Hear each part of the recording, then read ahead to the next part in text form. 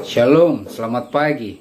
Terpujilah Tuhan Allah yang Maha Baik yang terus menjaga memelihara kita, sehingga dengan pertolongan Tuhan pada pagi hari ini kita bisa berjumpa kembali dalam renungan pagi bersama yang diambil dari buku Maranatha Tuhan Datang yang ditulis oleh hamba Tuhan Nyonya Ellen G. White. Semoga kita semuanya tetap sehat, kuat, diberkati, dan terus berada di dalam lindungan Tuhan. Sebelum kita merenungkan pekabaran firman Tuhan, mari kita sama-sama berdoa. Ya Tuhan Allah Bapa kami yang bersema dalam tata surga, berbicaralah ya Tuhan karena kami telah siap untuk mendengarkan. Dalam nama Yesus kami berdoa. Amin. Pekabaran firman Tuhan pada pagi hari ini berjudul Orang Muda dan Obat Perangsang. Ayat intinya diambil dari Pengkhotbah 11 ayat yang ke-9. Bersukarialah hai pemuda dalam kemudaanmu, biarlah hatimu bersuka pada masa mudamu, dan turutilah keinginan hatimu dan pandangan matamu. Tetapi ketahuilah, karena segala hal ini Allah akan membawa engkau ke pengadilan.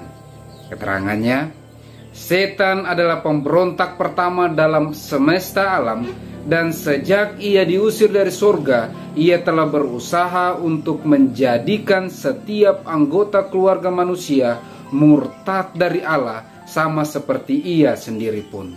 Ia meletakkan rencana-rencananya untuk menghancurkan manusia, dan melalui pemanjaan selera yang tidak menghiraukan hukum, membawanya kepada pelanggaran terhadap hukum Allah. Ia menggoda Adam dan Hawa sehingga memakan buah larangan itu. Dengan demikian melengkapkan kejatuhan mereka dan diusirnya mereka dari Eden. Berapa banyak yang berkata, jikalau aku berada di tempat Adam, maka aku tidak pernah akan melanggar dengan ujian yang begitu sederhana. Tetapi engkau yang menyombongkan hal ini mempunyai suatu kesempatan yang amat besar untuk menunjukkan kekuatan maksudmu, kesetiaanmu terhadap prinsip dalam kesukaran. Apakah Allah tidak akan melihat dosa dalam kehidupanmu? Dari segala pihak, setan berusaha memikat orang-orang muda kepada jalan kesengsaraan, dan jikalau sekali saja ia dapat menaruh kaki mereka pada jalan itu, ia mempercepat mereka pada jalan mereka yang turun merosot, membawa mereka dari satu kerisauan kepada kerisauan yang lain, sampai korbannya kehilangan kelemah lembutan kesadarannya, dan tidak lagi merasa takut pada Allah dalam pemandangan mereka. Sedikit demi sedikit pembatasan diri mereka semakin berkurang. Mereka menjadi ketagihan dalam menggunakan minuman keras dan alkohol, tembakau dan obat bius, dan beranjak dari satu tingkat kemerosotan kepada yang lain. Mereka menjadi budak selera.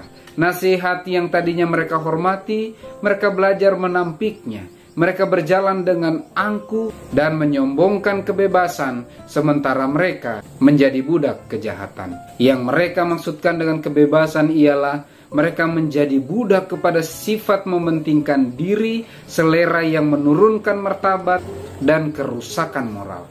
Setan telah bertekad untuk menyerobot umat manusia menjadi rakyatnya. Tetapi Kristus telah membayar harga yang tak ternilai supaya manusia dapat ditembus dari musuh itu, dan supaya citra moral Allah dapat dipulihkan kepada bangsa yang jatuh.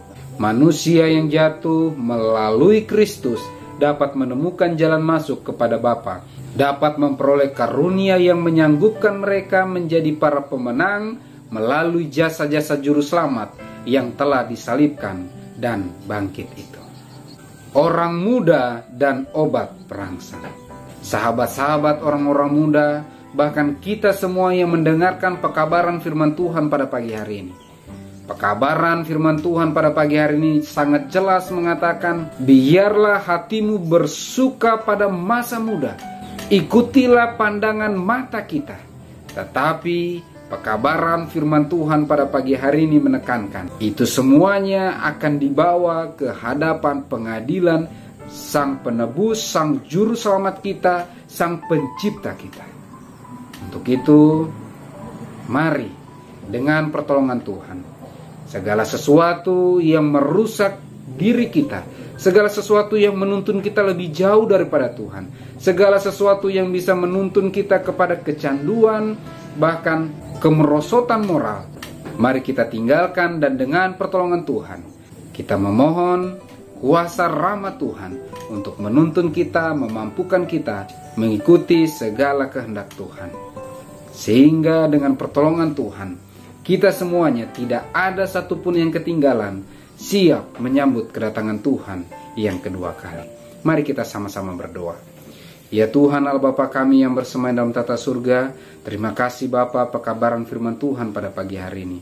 Kami menyadari kelemahan kekurangan kami, terlebih khusus dosa kesayangan kami yang sering kami lakukan melawan kehendak-Mu, yang sering membuat kami terus jatuh dan terus jatuh lagi karena ketidaksanggupan kami mengontrol diri. Untuk itu ya Tuhan, kami datang kepadamu pada pagi hari ini, memohon kekuatan, mohon kesanggupan dari sorga, agar dengan pertolongan Tuhan, kami dimampukan untuk bisa menang menghadapi setiap pergumulan, tantangan iman yang Kau izinkan kami alami. Sehingga dengan pertolongan Tuhan, kami semuanya bisa siap menerima roh hujan akhir, dan kiranya meterai Allah yang hidup bisa menjadi bagian kehidupan kami. Kami berdoa bagi umat-umat Tuhan apabila ada yang sedang sakit, yang berduka cita, bahkan dalam pergumulan tantangan apapun yang sedang dihadapi, kiranya jamahan tangan kasih Tuhan terus menjadi bagian kehidupan kami. Diberkatilah umat-umat Tuhan dengan kesehatan, kekuatan, umur yang panjang, diberikan murah-murah rezeki, sehingga dengan pertolongan Tuhan, kami semua bisa terus datang lebih dekat kepadamu dan terus menjadikan Engkau satu-satunya solusi bagi setiap pergumulan kehidupan kami. Terpujilah nama-Mu ya Tuhan, dalam nama Yesus kami berdoa. Amin. Maranatha, Tuhan datang. Tuhan Yesus memberkati.